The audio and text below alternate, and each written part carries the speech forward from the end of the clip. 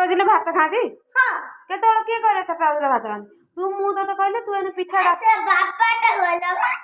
हां कानडा बापाटा गलो बा कौन कहला आकाश सोइला बेले 4टा बेले भात खाया को बाबा कहला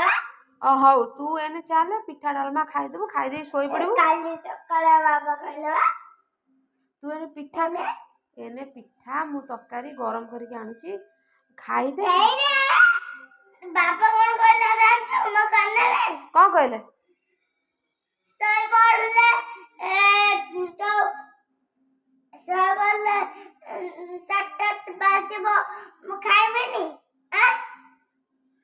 बाबा से कथा होई बाबा सही कथा कहले तू खा आ न खाइले भोक हबो काली केमिति सरस्वती पूजा रे जीबू